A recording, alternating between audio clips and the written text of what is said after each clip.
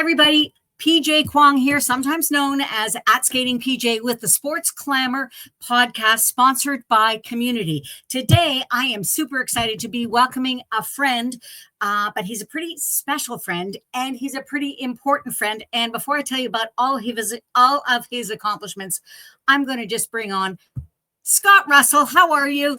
PJ, how are you? It has been quite a long time since I've seen you, but I follow your exploits everywhere you go. You're all over the world talking about all kinds of sport, and I admire everything that you do, my friend.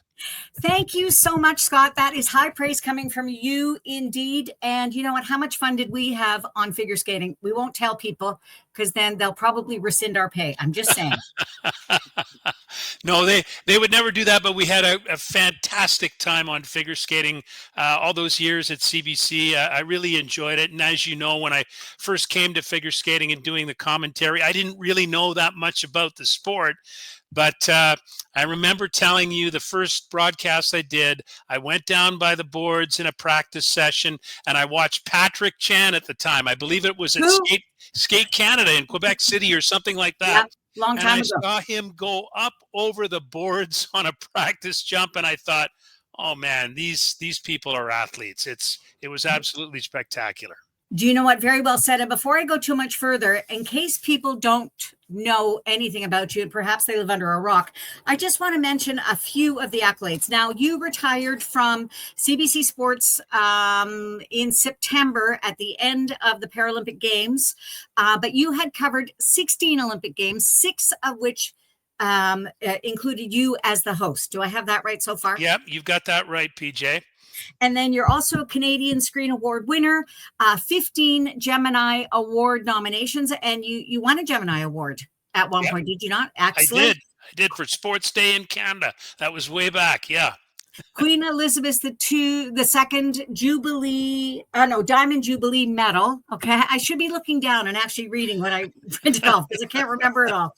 The George Gross Award for Outstanding Broadcasting from Sports Media Canada, Medal of Distinction from Toronto Sports Hall of Honor, and the CBC President's Award in the Brand Champion category for recognition of your dedication and enthusiasm for your work in covering amateur sport. I mean, honestly, you wrote the book, my friend, and you're an author, and you're a keynote speaker. And now, having turned the page, you are now the Chancellor of Nipissing University. Tell me a little bit about your shirt. We're not going to talk about the Western Mustangs. You went to the University of Western Ontario, I know.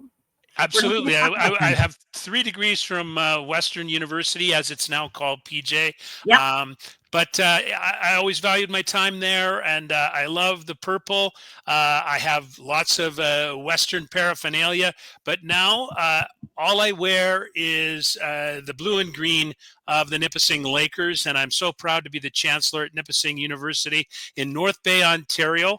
It's a small university. We have about 5,500 undergraduate students, and we have a number of graduate students. We have a very strong school of nursing, one of the most productive schools of nursing in Ontario and in Canada, in fact. We have a great school of education, the Schulich School of Education, and I love the fact that we graduate a number of physical education teachers out of Nipissing University. I'm so proud about that because we're going to talk a little bit about that as we go on. Yeah. But I have to tell you, PJ, it's been a revelation for me being at Nipissing. Our president is Dr. Kevin Walmsley, who is an Olympic scholar, former head of the International Center for Olympic Studies at Western University.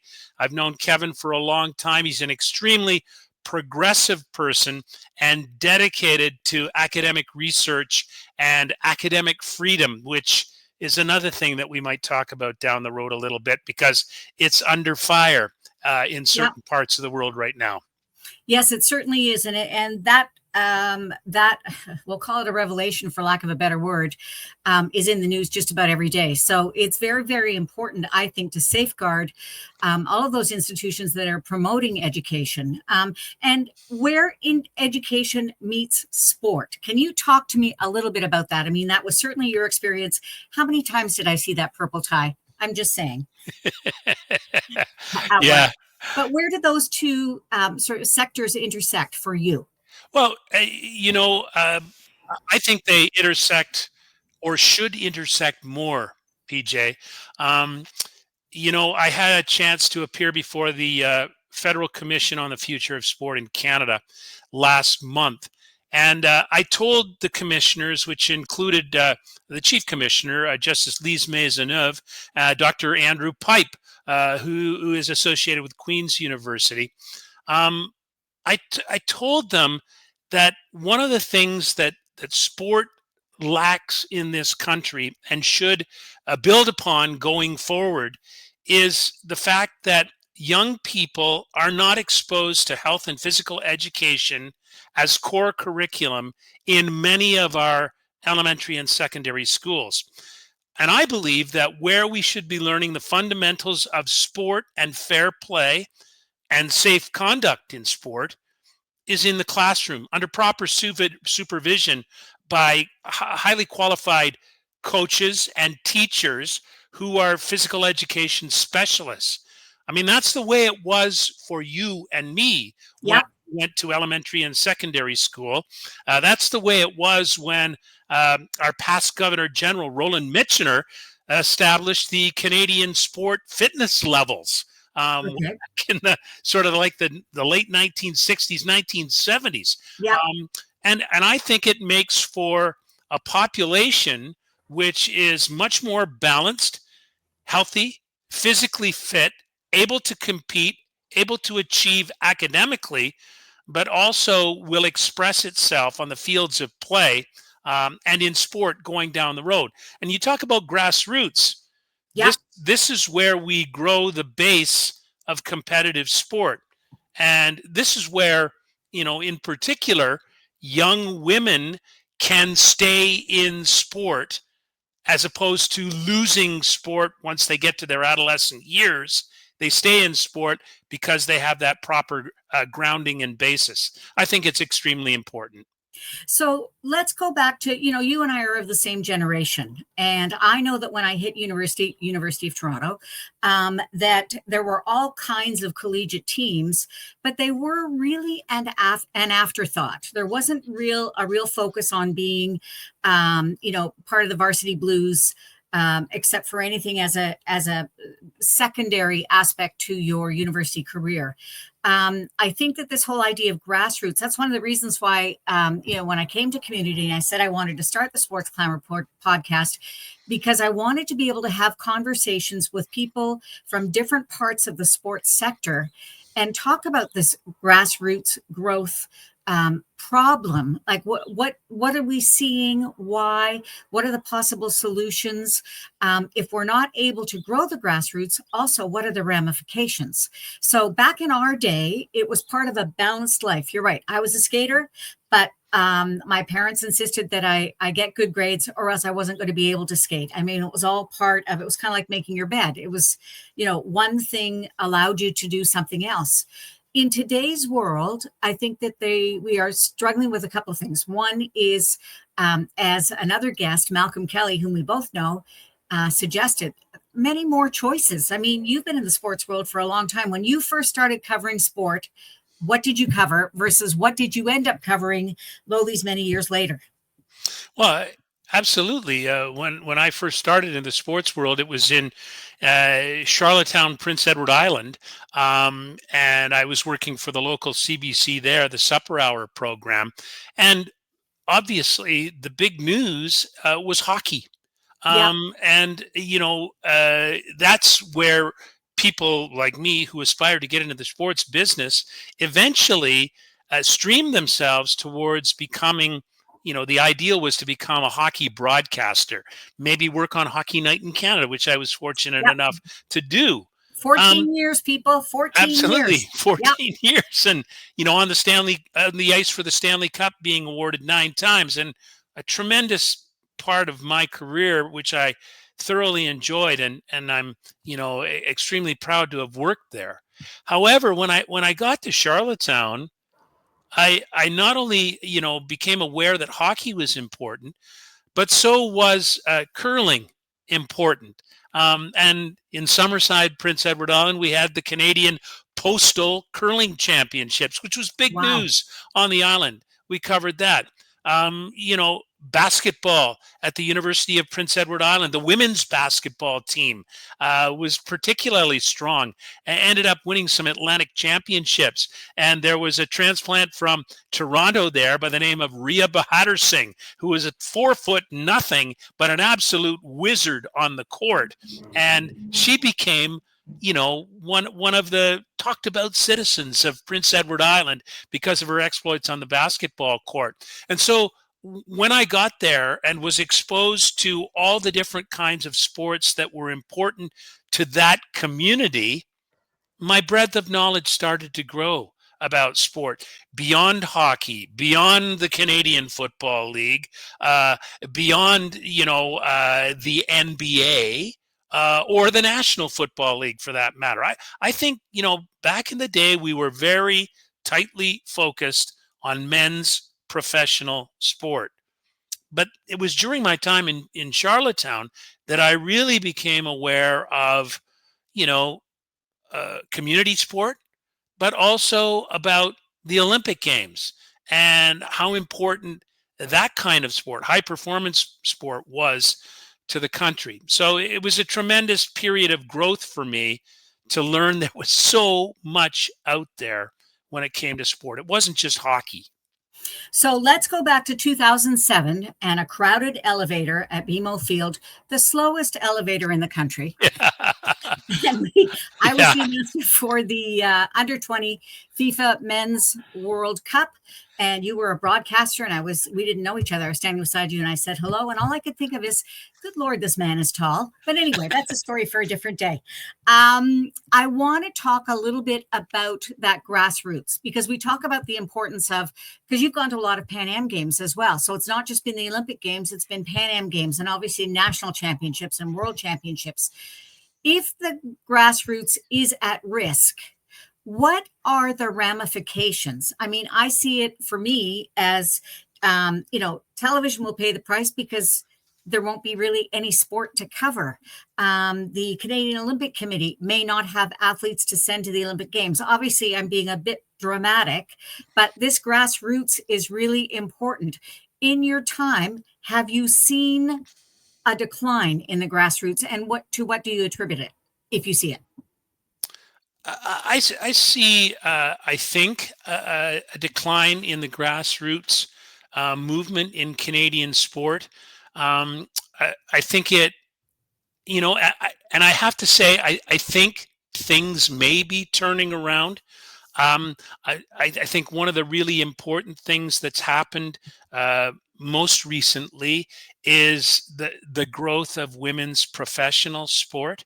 So I think the emergence of the PWHL, the Northern Super League, which has kicked off in soccer, thanks in large part to the efforts of Diana Matheson. Absolutely. I think the WNBA is coming to Toronto next season. I think those things are particularly important because young women now see that there is opportunity in sport down the road. I think what, one of the things that I've seen as a bit of a decline in the grassroots is that sport for many is not accessible. It's too expensive to play sport, particularly expensive to play hockey. It's particularly expensive to do alpine skiing. When I remember back in the day, you could go to the local ski hill at the Don Valley Ski Club, which was right off the Parkway in Toronto. And we used to go there on Friday afternoons. But sport has become, less accessible financially for many people. I think that's one of the problems. I also want to bring you back to our university sports system. In this country, we're losing many of our top high performance athletes to the United States and to athletes who pursue their trade in that country because, there's obviously a financial incentive. Scholarships are available. It's big business. NCAA sport and so on.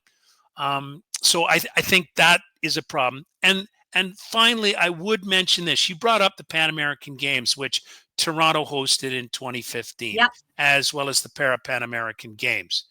And I think one of the things that has to happen in this country is that we have to be open to hosting major multi-sport international events. There's an old saying, it's pretty hackneyed now, right? But to be it, you've got to see it.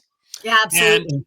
And I think one of the things that's coming up now, and I'm sort of involved with in a way, is the opportunity for Canada to host the Commonwealth Games in 2030. And they would be the Centennial Commonwealth Games. Hamilton first hosted the games, which were then the British Empire Games back in 1930. But there is an opportunity now with a multi-jurisdiction bid, more than one city, perhaps more than one province, to put forward a bid for a sustainable games in light of what's happening in the world right now, and to continue to foster our connection with Commonwealth countries. And one of the things that I made as part of the pitch was, do you know that our greatest summer athlete, Summer McIntosh, will not have an opportunity to compete in a major multi-sport international games in her home country? Yeah, interesting. I never thought of that. Unless we get the Commonwealth Games, or unless we get the Olympic Games, which is a long shot right now, because the Olympic Games are buttoned up until 2032. So,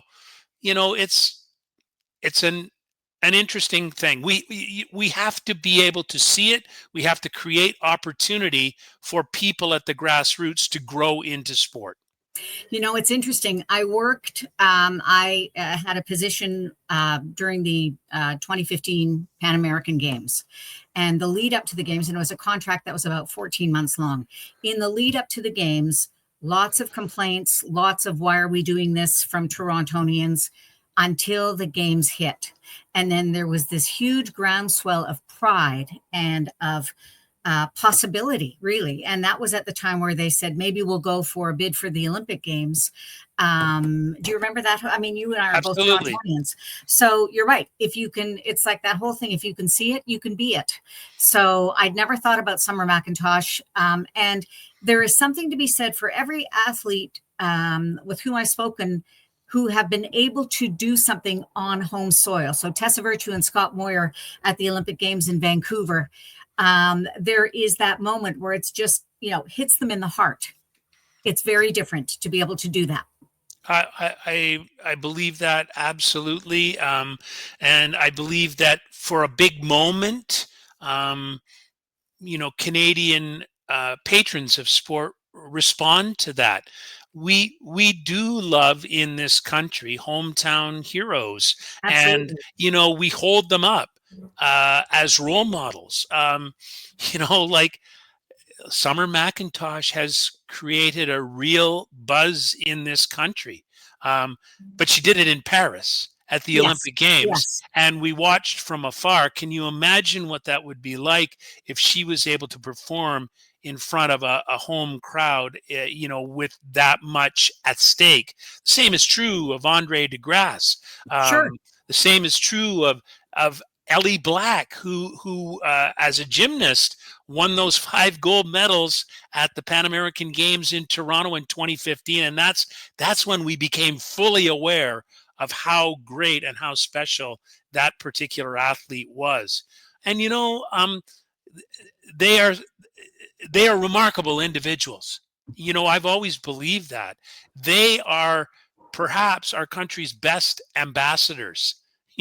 They lead balanced lives. They've got a lot on their plate. Many of them are full-time university students. Many of them hold down part-time jobs while they continue to train to be great high-performance athletes. And so I think they're very valuable citizens, PJ. I really do. I think so too. And you look at Andre DeGrasse, who has been very willing and very open to giving back to his community, to Canadians.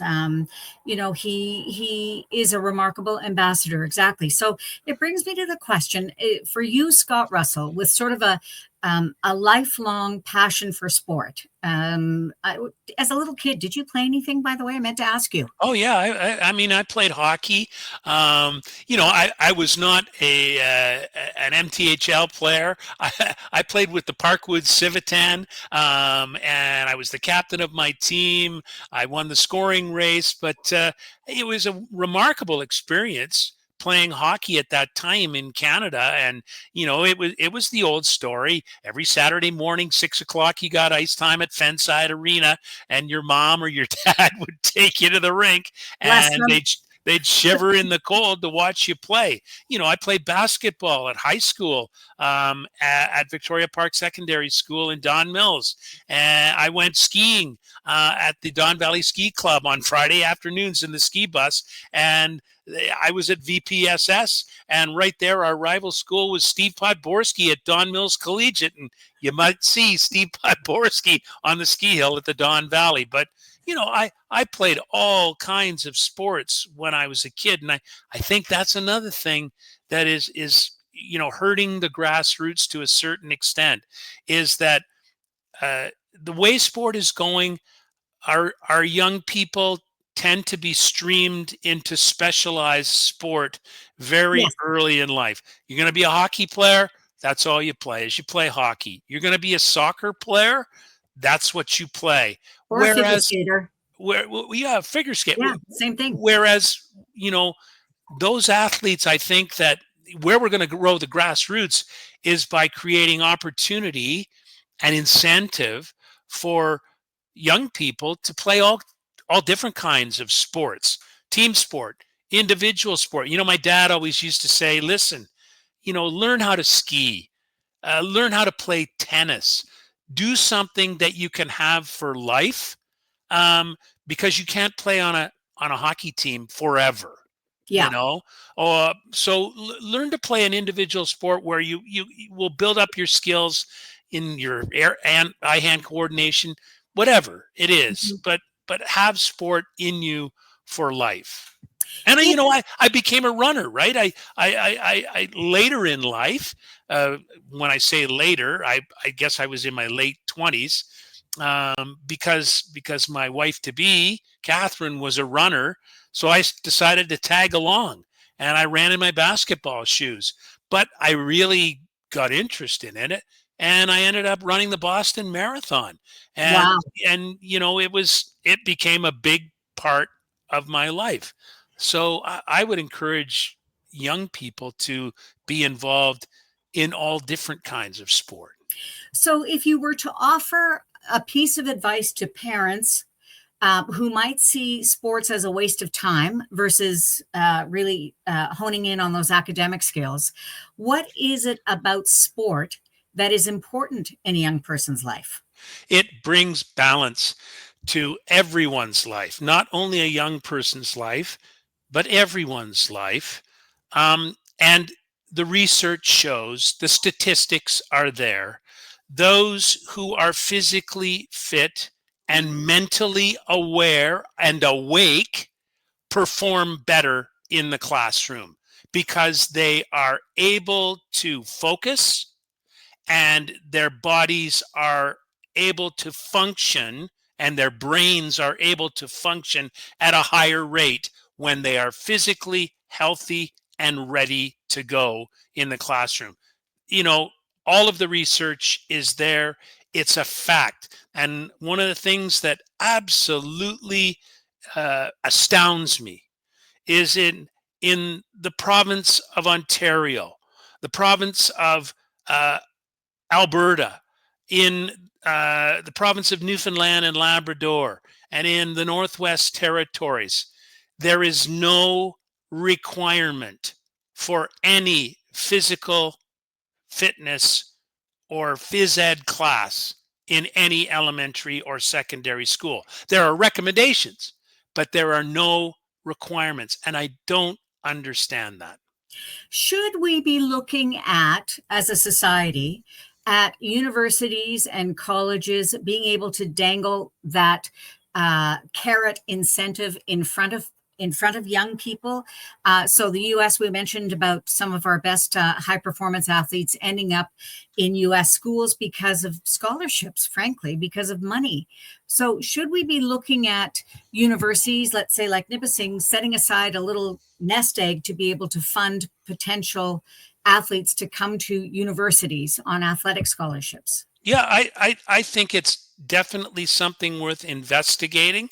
Um, you know, as I've learned in speaking with my colleagues at Nipissing, it's difficult to recruit, particularly to a smaller center like Yep. North Bay. Um, I spoke at the scholarship breakfast at the University of British Columbia in Vancouver a couple of months ago. And, there were 700 people there at 7 o'clock in the morning, Wow. but they were supporters, alumni, and so forth of UBC athletics. And they raised a lot of money through that. However, I mean, still, many of the athletes are going to the United States because of the incentive. And I think that if you were able to tie an academic requirement to a scholarship won, then then we would really have something. Do you know that at Nipissing, um, we have 212 um, varsity athletes in our smallish university. Yep. Um, but more than 50% of them are academic all Canadians, which means that they achieve an academic record of 80% or higher. The same is true at the University of British Columbia. 50% of those student athletes are academic all Canadians and meet a high academic standard. They're in programs like nursing and law and medicine, whatever. Demanding programs. Demanding programs. Very demanding. Yeah. And it makes for a complete citizen on the other end that is going to contribute to their community. Yes, absolutely. And that's I think we have to support our university sports system so that it can continue to produce leading, contributing citizens. I absolutely agree with you 100%. How many books have you written? 3. And people can find them wherever their favorite books are sold and on Amazon or wherever? Yeah, or in the bargain basement at Where at my it. book is too. But no, and my 3 books I wrote. The first one, which was about grassroots hockey Yeah. in the country, the rink stories from hockey's hometowns, and I wrote that along with Chris Cuthbert, who, as you know, is the voice Legend. of Hockey Night in Canada. Yeah. The second one was called Ice Time, a Canadian hockey journey, which was along the same lines, but built in the sort of the reverence that we have for the game across the country. And I remember part of that was an ode to my favorite player, who is the late Ron Ellis, who just passed away not long ago, but was a remarkable guy. So that was the second book. And then the third book, I sort of went out of my comfort zone. And even though I was a high school curler in Victoria Park Secondary School, but the third book was called, what was it called, PJ? You know what? I know Scott Russell. I do this all the time. Just look up, Google curling Scott Russell. You'll Yeah. find it, everybody. I Yeah. have exactly the same book because I go, I don't know. It was called something. It was about figure skating. I'll look it up. Yeah. Anyway, it was certainly about grassroots curling Yep. in the country, and I don't know why I'm having a mental breakdown right now because I Don't can't worry. remember. I Yeah, do the same thing. Listen, a quick question, not that quick and probably not that easy, but I would love to sort of end on this note of sort of positivity. Top 3 sports moments you've witnessed? Actually, any order, and it can be three of, I know, among a gazillion. But what are the first three that come to mind in terms of memorable sports moments? Number one, and because I just admire this person so much, is Becky Scott, Olympic Winter Games, Salt Lake City, 2002.